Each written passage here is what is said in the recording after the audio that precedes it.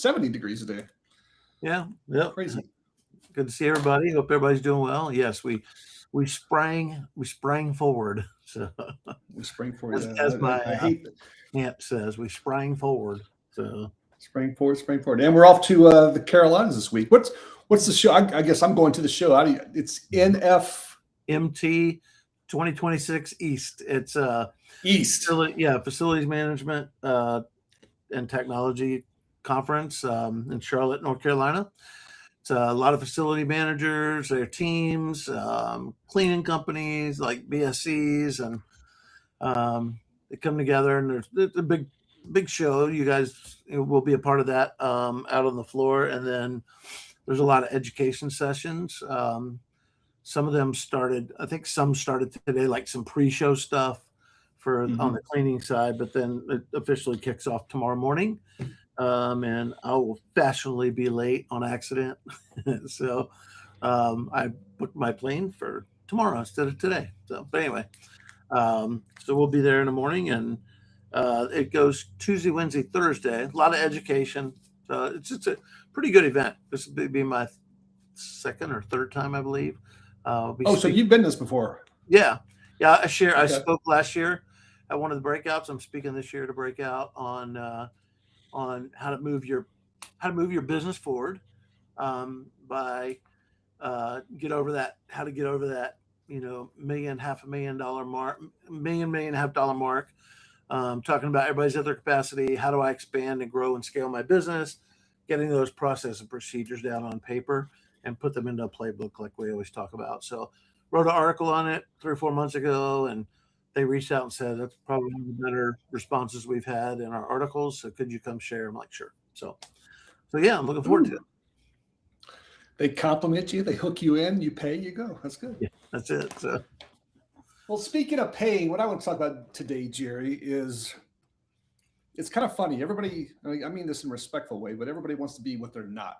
And I hear more and more, I wouldn't say more and more, but I'm hearing a fair number of contractors going, I do the cleaning. I want to get into the supplies business, right? Mm-hmm. And, I was fortunate enough to be on both the manufacturing side, but also the distribution side. But that is a whole nother game. And I think that's the topic I would like to dive into, because I think trying to become a top-notch, high standards, quality cleaner, commercial cleaning company, and then say, oh, by the way, I'll supply the supplies, and also I'll supply to my own account, but also any other accounts that want to buy it, I'll do that as well.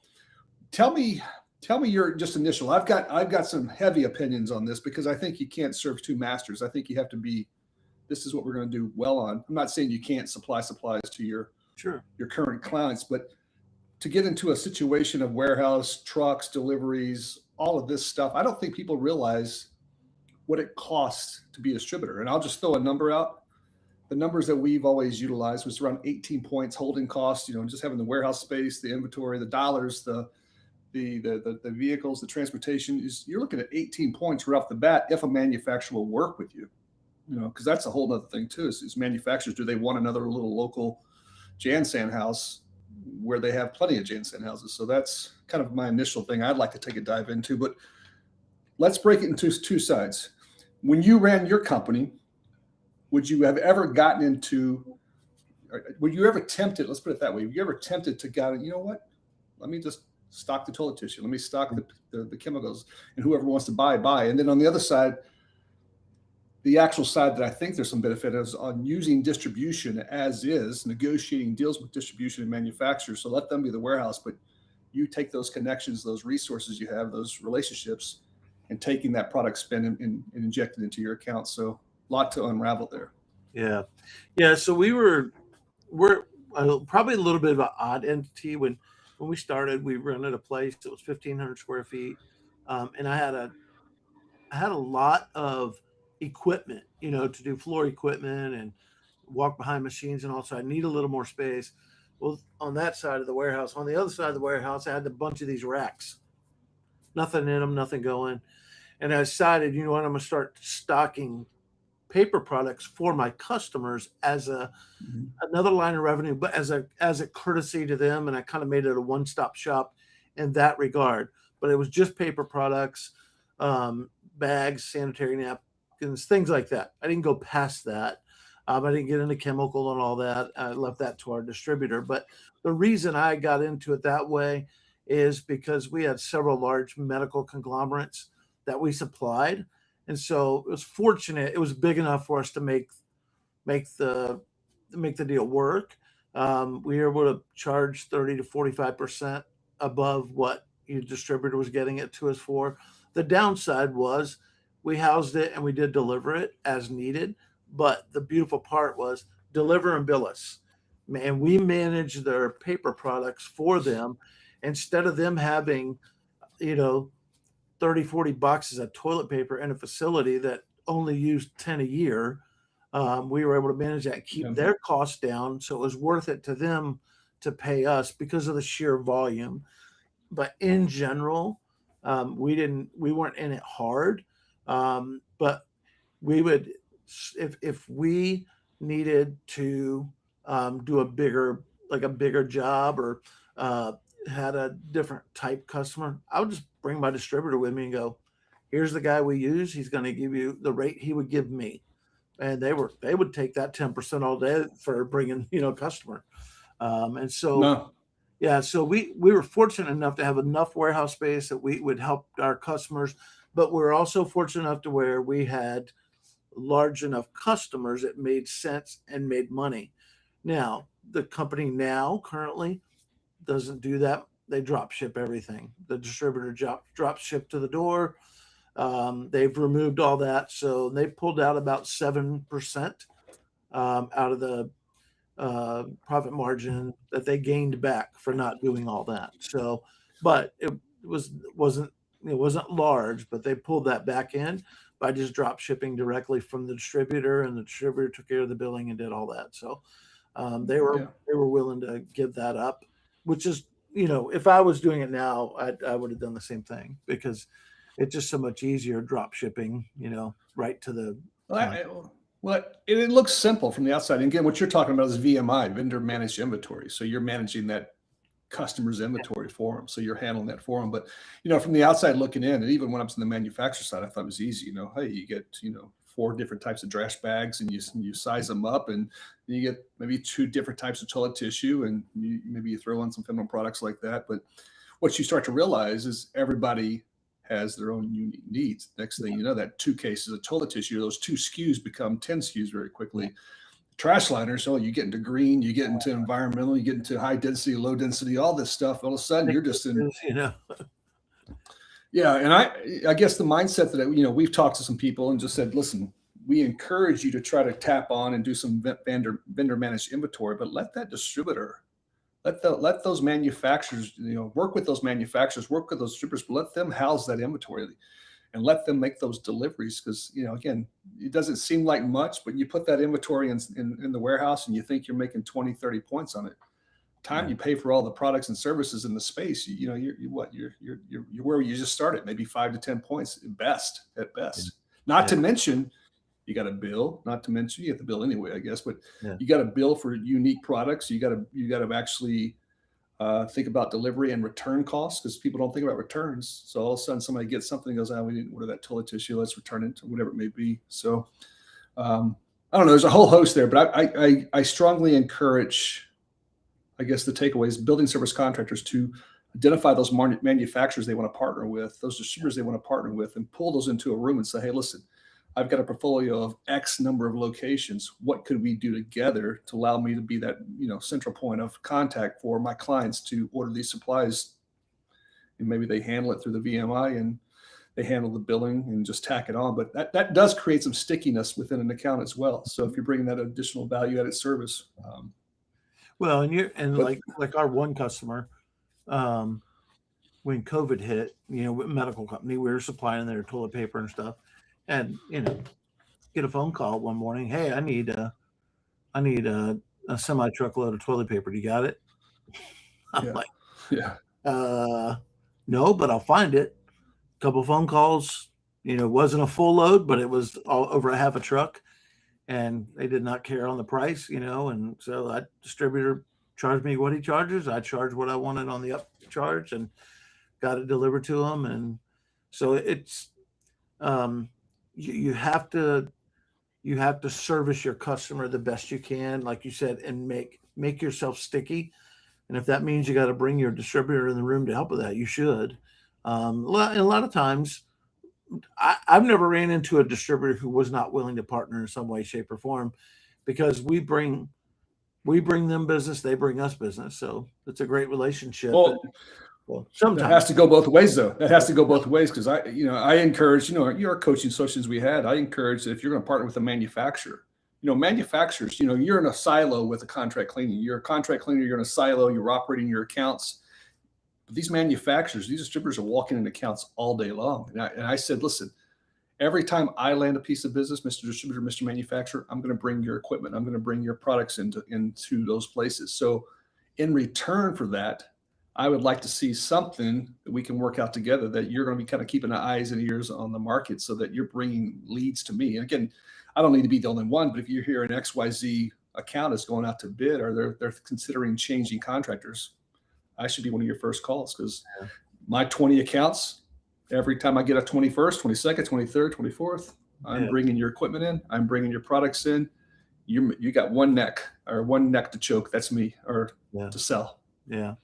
Yeah. And I would encourage BSCs, distributors and the like, don't cut each other's throat, going in behind somebody or don't do that, because typically the person who wins is the person who's probably got the best relationship with the customer. And it's not a good look for the industry, not a good look for either industry. Work together. I have one experience where, hey, I gave them a customer and they went in and said, I can give it to you cheaper. And he's giving it to you. He's kind of the middleman. And customer came to me and told me he said it. And I'm like, it's a tough go when you're trying to get, a $3,000 account, but you're willing to give up $40,000 a month to do it. Makes no sense. So he lost his business from me. To work together, just work together and don't cut each other's throat. There's a lot of back and forth that you can do well, and there were times, Jack, when I'd tell the distributor, hey, the school called, I don't have time. I just do not have time. It's one of our customers. You service them to the best of your ability, but remember, my name's on it. So don't, be good, customer service. Yeah. So, yeah. I think the other thing too is, this is the other thing. Once you start to do that VMI, you start negotiating with the distributor. Quite honestly, I would pull the distributor and the manufacturer at the same time to have some conversation around pricing. But the secret hack as well, Mike Conrad, if you're listening this far into it, NSA. If you're not familiar with what NSA is, I think every contractor, regardless of size, should be looking at NSA as a membership. And NSA is nothing more than a GPO, group purchasing organization, that is exclusively focused on the commercial contractor market. So what they bring to the table is they go out to all these different core manufacturers and they negotiate a national price point, and they have tiers based on the size you are. But the way I look at that, Jerry, is that it's kind of like you've got a fractional purchaser in your organization. They go out and do the groundwork on, here's the manufacturers that you need to be looking at. Here's their price point based on your bracket. And at minimum, you have a foundational price. And again, can you negotiate a lower price? Sure. Is most of them going to be, if you talk basket of goods, you're not talking individual price. If you're looking for an individual price, somebody's always going to sell you something cheaper. With that basket of good, if you got 20 items and put them to a basket instead, what does that cost for those products? You should see through NSA a lower price than you would say if you went and negotiated your own deal with your distributor and your manufacturer. So if you're not familiar with NSA, jump on just do a Google search for NSA janitorial supplies, and you'll find their website. And I can actually put it in the notes as well. That's a secret hack. Yeah, there's a minimum level there, but still get on and ask. Find out. If you're a smaller company, just get on and ask. Find out. And again, I'm not as current with that as I used to be, but ask them what are they offering? Are they willing to help you? And if you can't get good prices with NSA, go to a local distributor who is probably with NSA that can get you a good buy-in rate anyway. And we're talking like you might pay $40, for a case of toilet paper, and NSA might be able to get it for $35. Well, you think, well, that's not that much money. Well, over the volume of a year, it is quite a bit of money. So yeah. Something worth looking at. So you see there they have 1,800 member companies, 29 years in business, 5 distribution partners, 89 supplier partners.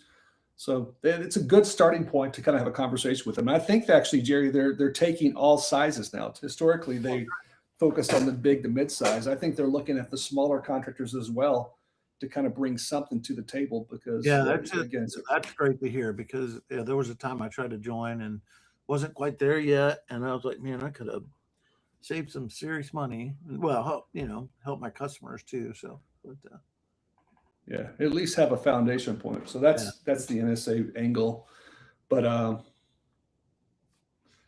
think it just came up like 3 times in the last 2 weeks, and it's kind of been just sitting in my head that we need to have a conversation. Because here's the trick question as a manufacturer that you ask, and again, every dollar matters when you're a contract cleaner. You want to save every dollar you can, but also you don't want to run off that distributor partner. You want to run off that manufacturer. Get to a point that they're not making any money because they're like you. They're trying to make money as well on their business. But if you drive them down so low, when you have those issues, you have those needs. They're not going to be very inclined to answer your phone call when they're not making any money off of you. And again, that's the same with your clients. If you're not making money off your clients, if they call you and complain or need help, maybe not. So the trick question though I had as a manufacturer, and distributors use this as well, but if you sit down with I'll say this nicely, if you sit down with a contract cleaner has not really thought about purchasing, and you say, hey, on your annual spend, what is your single largest annual spend? And most contract cleaners go, well, let me think about that. Well, it's toilet tissue. I buy a lot of toilet tissue. Or I buy a lot of trash liners, and it's not. It's your labor, and people forget that. And again, I'm a manufacturer talking to them. They're thinking I'm talking about product, and I think that's still in a lot of people's heads that they understand labor is the most high volume purchase, but as far as products, the way I go back to it is, would you rather save 10% on the toilet tissue and the trash liners, the feminine products I'm selling you, or would you rather save 10% on increase the productivity based on those products you're buying, the equipment you're buying? What's a bigger impact to your business? And again, both sides have impact, but the real impact is how do I buy the right mix of products that are more effective? Less going into the restrooms to service them, less recharges on a piece of equipment, less unplugging of equipment and plugging it back in. Things like that is what you need to be really thinking about. Yeah. I think there's the other benefit if you can get in with a good distributor is they bring equipment to you. We pretty much had 3 people that we worked with.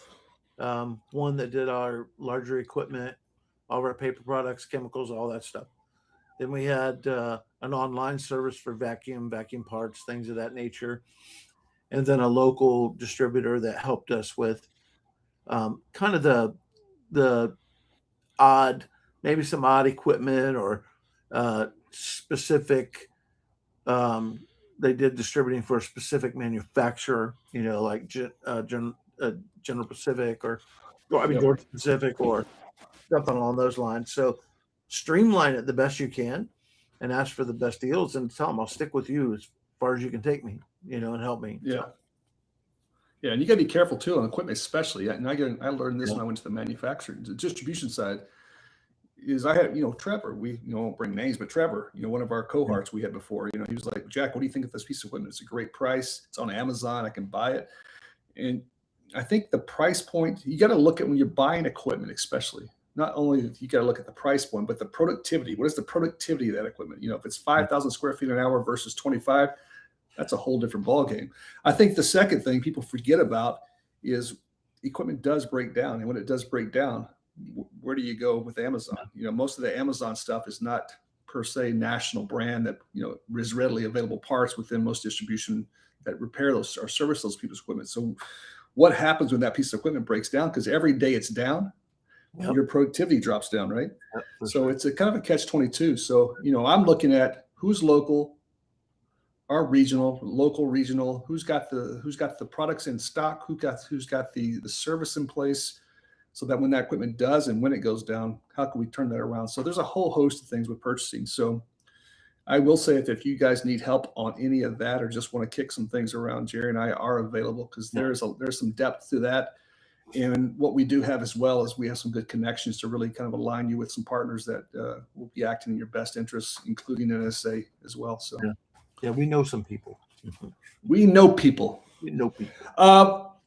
Wrapping up, I'll tell you what, Jerry, I was upset last Friday. We had a gentleman on that was talking about his urinal screen. And I was like, how do I get motivated about this urinal screen? Probably one of the best episodes, but I got upset because for some reason he was using his phone. And again, we're going to get him back on the show and he's not using his phone, but there was this lag between us talking. But this guy was hilarious. We talked about, he actually did, if you get a chance to replay it, and again, it's a little bit of a lag, so it's kind of annoying to watch. But this guy was hilarious. He's a contract cleaner out of Long Island. He's originally from Europe or England, but he came over and he got a wild idea about urinal screen next level for guys like you and I that drip probably more than we should. I guess a little graphic, but that was the whole conversation. But he had so many one-liners. Like I go, man, he was like velocity of urine into hitting the mat, the bounce rate off of that, and the science behind it was crazy. He goes, I don't have a PhD, I have a PEE. You get it? PEE. It's just lines like that all day long. And like, we're going to get him back on again because the guy's hilarious and he wants to get this thing built up and he wants to kind of sell the patent off because I think he's got a little idea and it's novel. I just like the guy for his personality, and his one-liners were just phenomenal. So if you get a chance, watch that. Minus the delay. If that show turns out to be our best show, I'm going to be mad because I'm funny, but you know, not cool potty humor funny, but I'm funny. I will say that went from what the hell are we going to talk about urinal screens to I want to keep this guy on for another episode because it was that fun to talk about it. And again, I wasn't expecting it. I told him I wasn't expecting it, but he was solid. So if you get a chance, let's do it. Catch the urinal screen episode, which again, never thought. Look at us. We've arrived. We have a urinal screen episode. And it's hilarious. And he's hilarious. And again, the lag time because of his phones, because what happens with this live video is it pushes and pulls data at the same time. So I think it ate his phone's memory up pretty quickly. But anyway, so you'll be out Friday. I'll see you Tuesday through Thursday down in Charlotte. We've got some guests coming on the show here in the next 3 weeks. You're coming to Charlotte tomorrow, right? Yeah, tomorrow. Okay. Yep. All right. Yeah, I'll be there Tuesday through Thursday. Yeah. Yeah, you put that in chronological order, and it made it sound like not be this Friday, but next Tuesday through. I'm like, you better be there tomorrow. You'll get in trouble. Oh yeah, I'll be there tomorrow. Hopefully the flights are on well. I saw the flights are kind of being delayed because of partial government shutdown. So yeah, it probably won't be an issue getting into Charlotte. It's probably an issue getting out of there for sure. So, and that's always the case. But cool stuff. All right, man. Well, it's good seeing you, and I'll see you tomorrow. Absolutely. And thanks everyone for listening. And don't forget to like, subscribe, and all that good stuff. And if you need Jerry, if you need Jerry at GetRoute.com. You need me, Jack at GetRoute.com. You can email us both. Here to help you. Yeah, we're here. Look forward to seeing everybody next time. Oh, good.